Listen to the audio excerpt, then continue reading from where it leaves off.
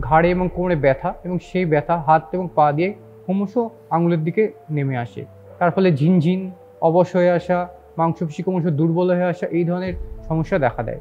এই সমস্যার জন্য অনেকেই ভাবেন যে অপারেশন ছাড়া বোধহয় অন্য কোনো ট্রিটমেন্ট নেই। আমাদের ভার্টিব্রা বরাবর যে স্পাইনাল কর্ড নেমে এসছে তার উপর যখন কোনো কারণে চাপ পড়ে তাকে ডাক্তারি পরিভাষায় বলা হয় মায়োলোপ্যাথি। নমস্কার, আমি doctor Siddhartha Adhikari, rehab physician, রিহ্যাভানা, কলকাতা। স্পাইনাল কর্ড থেকে বেরিয়ে আসা নার্ভের উপর যখন চাপ পড়ে তখন তাকে বলা হয় রেডিকুলোপ্যাথি। এই রেডিকুলোপ্যাথির জন্য প্রথমে ঘাড়ে এবং কোমরে ব্যথা এবং সেই ব্যথা হাত এবং পা দিয়ে ক্রমশ আঙুলের দিকে নেমে আসে। মায়োলোপ্যাথির ক্ষেত্রে এর সঙ্গে যুক্ত হয় চলাফেরার অসুবিধে, শরীরের ভারসাম্য নিয়ন্ত্রণের অসুবিধা এবং মলমূত্র ত্যাগ করার যে নিয়ন্ত্রণ সেটা নষ্ট হয়ে যাওয়া। এই সমস্যার জন্য অনেকেই ভাবেন যে অপারেশন ছাড়া বোধহয় অন্য কোনো ট্রিটমেন্ট নেই, কিন্তু বিষয়টা সেরকম নয়। অপারেশন দরকার হয় খুব সিলেক্টিভ ক্ষেত্রে।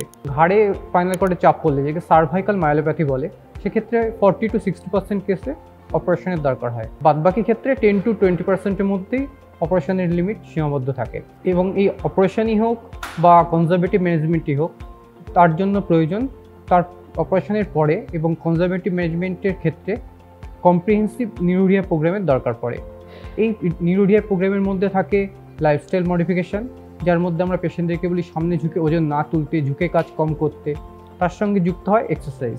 এক্সারসাইজের মূল উদ্দেশ্য থাকে ভার্টিব্রা বা স্পাইনাল কর্ডকে ধরে রাখা যে মাংসপেশির জোর বৃদ্ধি করা, অর্থাৎ স্ট্রেন্থেনিং করা, এবং নার্ভের উপর পড়া প্রেশার সেটাকে যতটুকু সম্ভব কমানো। এর সঙ্গে যুক্ত হয় মেডিকেশন বা ওষুধপত্র, যার উদ্দেশ্য থাকে ব্যথা যন্ত্রণা কমানো এবং নার্ভের উপর চাপ পড়ার কারণে যে সিমটমগুলি, সেই সিমটম থেকে মুক্তি লাভ। এর সঙ্গে যুক্ত হয় ঘাড়ে বা কোমরের বেল্ট বা অর্থোসিস, যেগুলো খুব লিমিটেড টাইমের জন্য করতে অ্যাডভাইস করা হয়। অনেক ক্ষেত্রে, বিশেষত রেডিকুলোপ্যাথির ক্ষেত্রে, বেশ কিছু স্পাইনাল ইন্টারভেনশন করার দরকার হয় যখন বাকি জিনিসগুলোতে যন্ত্রণাটা কমছে না। এই ইন্টারভেনশনের মধ্যে থাকে ট্রান্সফোরামিনাল ইনজেকশন, কর্ডালিপিডল ইনজেকশন, ইন্টারল্যামিনাল ইনজেকশন। এই সমস্ত ট্রিটমেন্টের পরেও যখন দেখা যায় যে রোগী ভালো হচ্ছে না বা সিমটম ক্রমশ বাড়ছে, তখন আসে অপারেশনের ব্যাপার। এবং এই অপারেশনের পরেই যে রোগী সুস্থ হয়ে যায় তা নয়, অপারেশনের পরে শুরু হয় নিউরো রিহ্যাব প্রোগ্রাম।